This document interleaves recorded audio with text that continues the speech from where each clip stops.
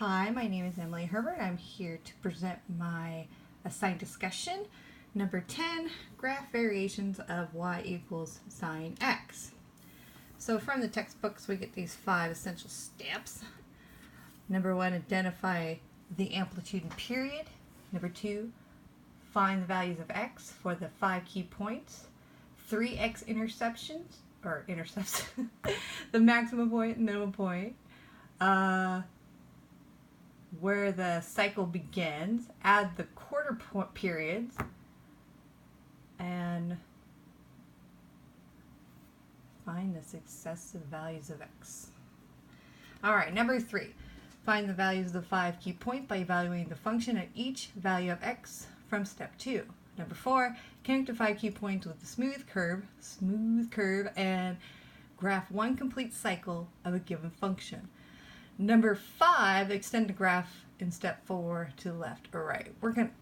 In my example, we're not going to really do that. We're just going to stick to these 4 steps. All right, so I use the example from the book. Y equals sin x and y equals half sin x. And I apologize if I say sin or sine. Sorry. Just can't help it. So, step 1, identify the amplitude and the period. Alright, so the amplitude here is the absolute of A. Now the original formula is kind of the basic formula, but it actually kind of grows. And here it is. That's where A would be in the formula. So our only concern is with this second equation here because it says half. Okay? So the absolute, since it's be positive, is exactly it. It's just 1/2. The amplitude is 1/2. The other one doesn't have a or well, it's an implied coefficient, I guess. I don't know what you call it. A, so it's 1. Okay, so amplitude, if you're looking at this graph, it says the absolute of A. Amplitude is sort of the distance from between the x-axis above the x-axis to this peak, or it could be below. That's why it says absolute, because it doesn't matter if it's below or above the x-axis, going into the y negative or positive negative.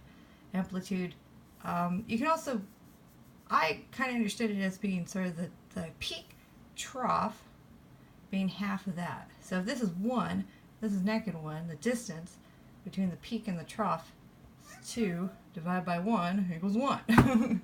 So that's kind of what's implied here with my given equation here. It's 1. I'm guessing. I'm not a teacher. I don't know. Alright. So the amplitude of one of the equations is half. We kind of grow this equation even further. It goes to, where am I? Y equals A sine coefficient B x, because I wanted to explain period. To find the period, here's the formula for it. It's 2 pi, I don't know what that is, radian pi. I'm going to say pi. I don't know what it is. I'll figure it out later. Divided by B. So if we're looking at this formula, there's the coefficient. Now for both the given and our given problem, we don't have a coefficient. So it's implied to be 1. I wanted to show you sort of how we did that. So it says the period for both y half sine x and y sine x is 2 pi because we divided 2 pi by b, which was 1. And that's how we came up with that. Now, if we had a b, it would sort of change the width of this full cycle here, this wave, this full cycle wave. I guess it would change the frequency. That's what it would do. It would change the width of them, either shrink it or expand it. But right now it's just kind of basic 1. So I'm guessing. I don't know. Alright. Fine. Okay, step 2. Find the values of x for the given 5 points. So we got our period from up here. And we're going to divide it by 4. And then we come up with pi over 2. So the origin, x1, is at 0. I'm going to kind of show you the origin right here. 0. X equals 0. Okay, so we take that 0 and we add on that incremental quarter point, and so it's 0 plus pi over 2, which brings us here. Okay, so that's our, so we're going to add incrementally these periods until we've reached the summation of the total period by the quarters. I think so. Anyway, so that's why we're going to keep doing it. So I didn't do this. I said x2 now plus that incremental part, that equals pi. I think pi radian. I don't know what it is. Okay, and then we add, we add the additional increment. And we come up all the way until we reach the total period summation.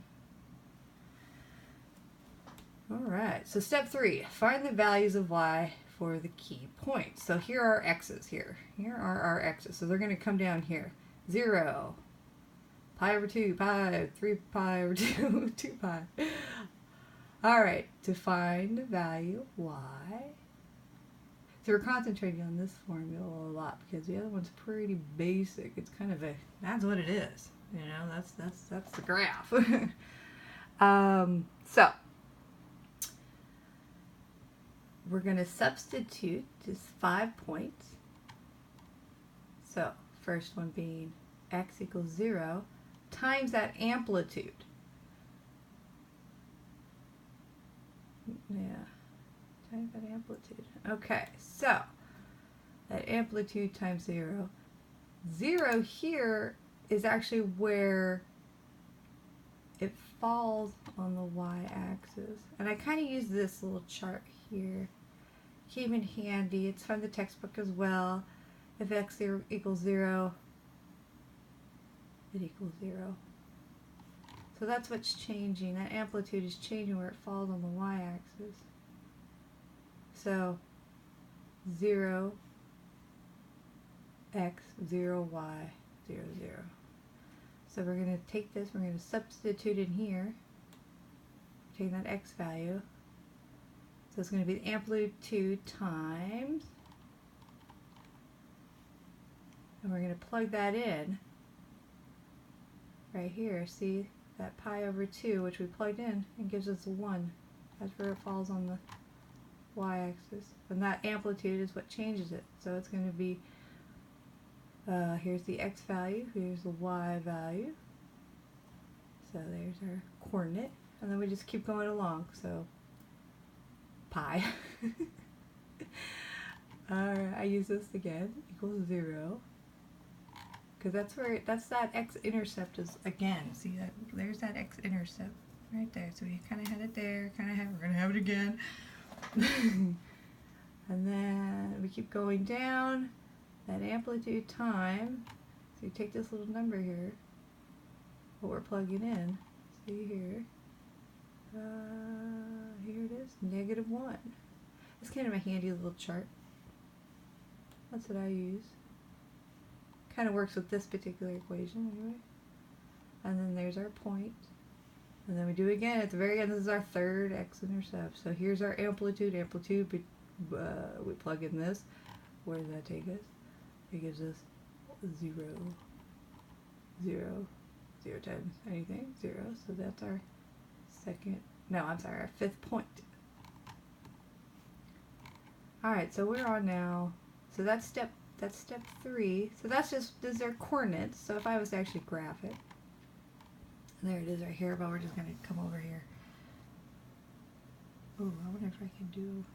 Ooh. Oh, I should have changed that.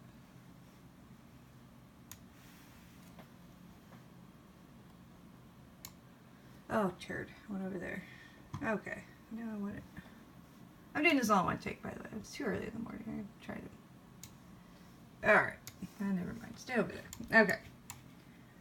So we're going to take this coordinate, 0, 0, and that's where we get 0, 0. And we're going to take this coordinate over here, our second coordinate, and that's how we get this.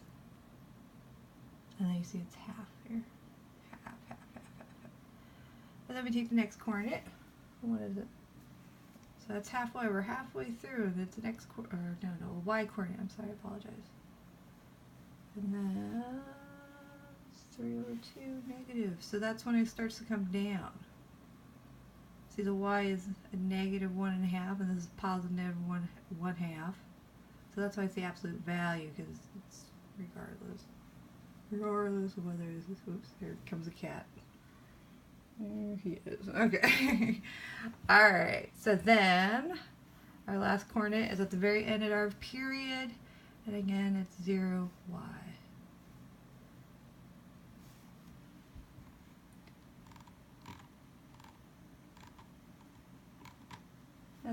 Let's just pretend we drew this. Ooh, smooth curve.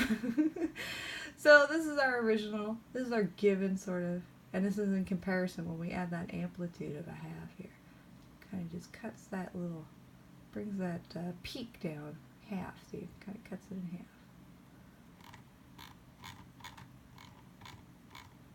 half. I don't know if I did a very good job explaining. I seem to understand it.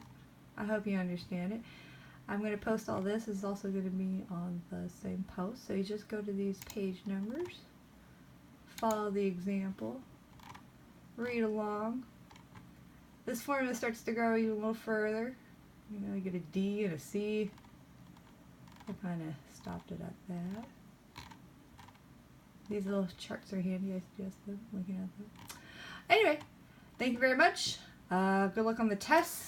I'm off to Bagel World.